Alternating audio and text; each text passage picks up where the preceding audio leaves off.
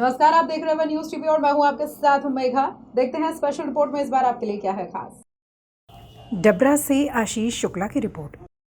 डबरा में रावत राजपूत क्षत्रिय समाज सेवा समिति द्वारा भव्य प्रतिभा सम्मान समारोह का आयोजन किया गया। गैडोल रोड स्थित बांके बिहारी गार्डन में आयोजित इस सम्मान समारोह में समाज के मेधावी छात्र छात्राओं, शिक्षकों, पत्रकारों और विभिन्न क्षेत्रों में चयनित युवाओं का सम्मान हुआ। सम्मान पाने वाले 70% से ज्यादा बेटियां रहीं। कार्यक्रम की शुरुआत मुख्य अतिथियों द्वारा दीप प्रज्वलन और मां सरस्वती की पूजा से हुई। इस समारोह में कक्षा 10वीं और 12वीं की बोर्ड परीक्षाओं में 75% से 99% तक अंक हासिल करने वाले करीब 100 से अधिक छात्र छात्राओं को स्मृति चिन्ह और प्रशस्ति पत्र देकर सम्मान किया गया।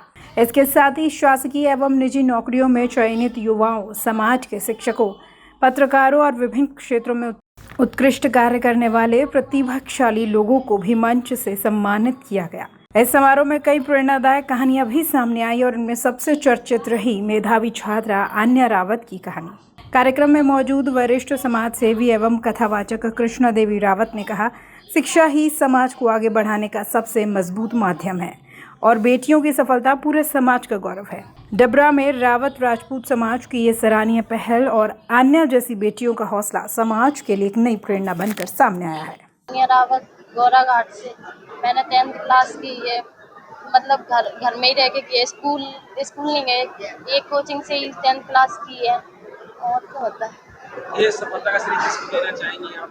ये मतलब मेरे सर है ना, जो उन्होंने मुझे सारे सब्जेक्ट पढ़ाई, एक ही कोचिंग से मैंने सारी पढ़ाई की है, तो मैं उन्हीं को अपना क्रेडिट देना चाहती हूँ। क्या बनने की इच्छा है?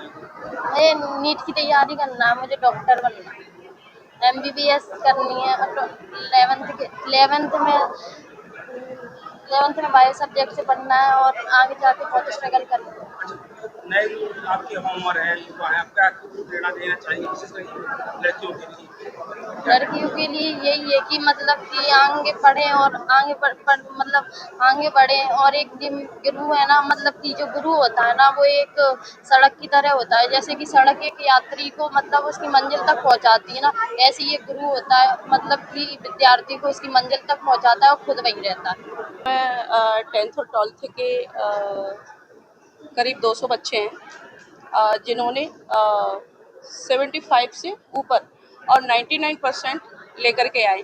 ये निश्चित रूप से समाज के लिए गौरव की बात है और इसमें ज़्यादातर 70% बेटियों ने हिस्सा लिया। बेटियों के जो मार्क्स हैं वो 70% रहे, ज़्यादा रहे।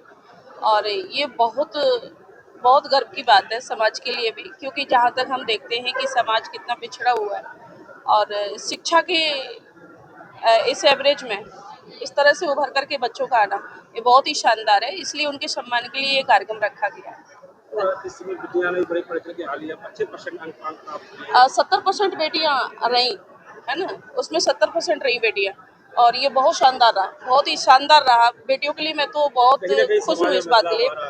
बदलाव, हाँ, स्वाभाविक रूप से जहाँ बेटियों को पढ़ने के लिए इतनी अभी भी इतनी आवाजाही नहीं रहती, लेकिन मुझे लगता है कि बेटियां बहुत ज़्यादा अच्छा कर पाती हैं। और क्योंकि बेटियां फोकस बहुत अच्छा कर पाती हैं। बेटों की ये नहीं कह रही हूँ कि बेटे नहीं कर पाते, वो भी कर पाते हैं, बहुत अच्छा कर पाते हैं, लेकिन बेटियां बहुत शानदार रहा। आगे के लिए आप क्या कहना चाहेंगे समाज के लिए? हाँ, समाज के लिए यही है, बेटों को पढ़ाओ, क्योंकि पढ़ाई या शिक्षा एक ऐसा स्तर है जहाँ आपका दिमाग बहुत छोटी संकीर्ण मानसिकता से निकलकर विस्तृत होता है।